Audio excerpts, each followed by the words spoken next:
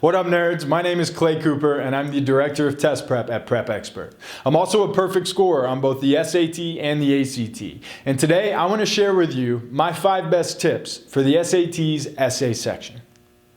So in this video, the 5 tips I'm going to go over are, first of all, to make sure that you know how the essay is scored. Second of all, understand your job in the essay section. Third, make sure you use big words. Fourth, make sure that you write at least 3 to 4 pages. And fifth, always use a 5-paragraph structure for your essay. So the first tip I'm going to share with you is by far the most important. It informs all of the other tips that we're going to talk about. And that's this. Make sure that you understand just exactly how your response will be scored. To be specific, your response is going to be read through by 2 different graders, each of whom is going to spend about a minute or 2 scoring your essay. That's right, each grader will spend 1 or 2, maybe 3 minutes scoring your essay. Why does that matter? Well, if a scorer can only spend 2 to 3 minutes on your essay, do you think they can really do a very good job scoring it? Can they really get down into it and evaluate how substantial it is, how persuasive your arguments are? Not really. No. If a scorer can only spend 2 to 3 minutes scoring your essay, they have to rely on superficial, surface-level characteristics of your essay to try and figure out what score you deserve.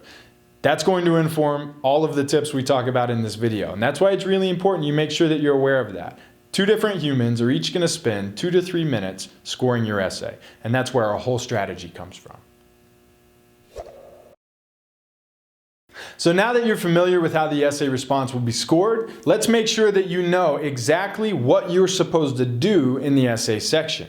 So the essay section contains what's called a prompt. That prompt will be a passage, a short passage, in which someone will make an argument. Your job is going to be to read that passage, read the argument, and then write your essay in response to the argument.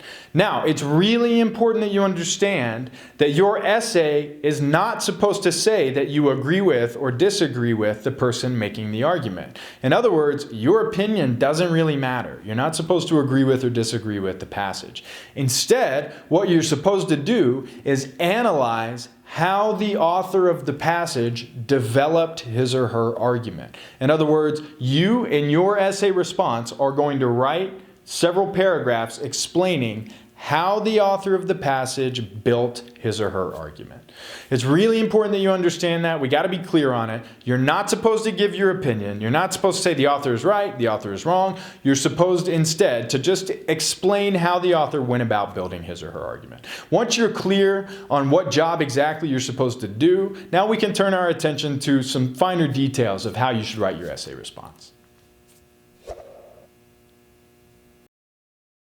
So the first of those finer points is my third tip, and that's this. Use big words in your SAT essay response. Now, I kind of hate teaching this because it's not a good life strategy. You shouldn't use big words just to try to impress people in everyday life. Take it from me, I can tell you from experience, it doesn't impress them. They just think it's obnoxious. It's not going to win you any friends. So don't do it in real life, but you definitely need to do it on your SAT essay. And again, this goes back to the first tip.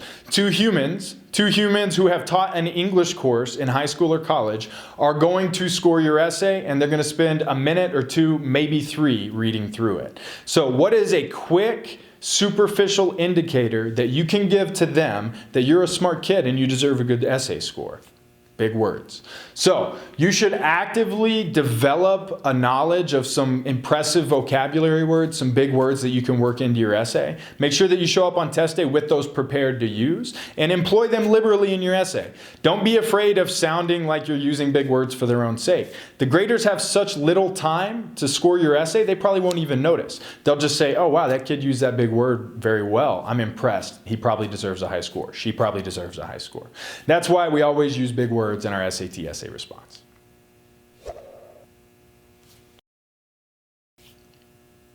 My fourth tip is beautifully simple, and that's this. you need to write at least 3 to 4 pages in your essay response.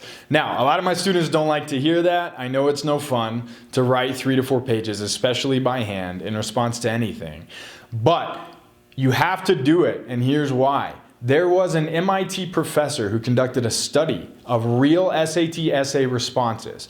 He looked at the responses and the scores they got, and he kind of categorized the responses by various characteristics. He kind of crunched the numbers to see what is important in an SAT essay response. What's important to determining its score?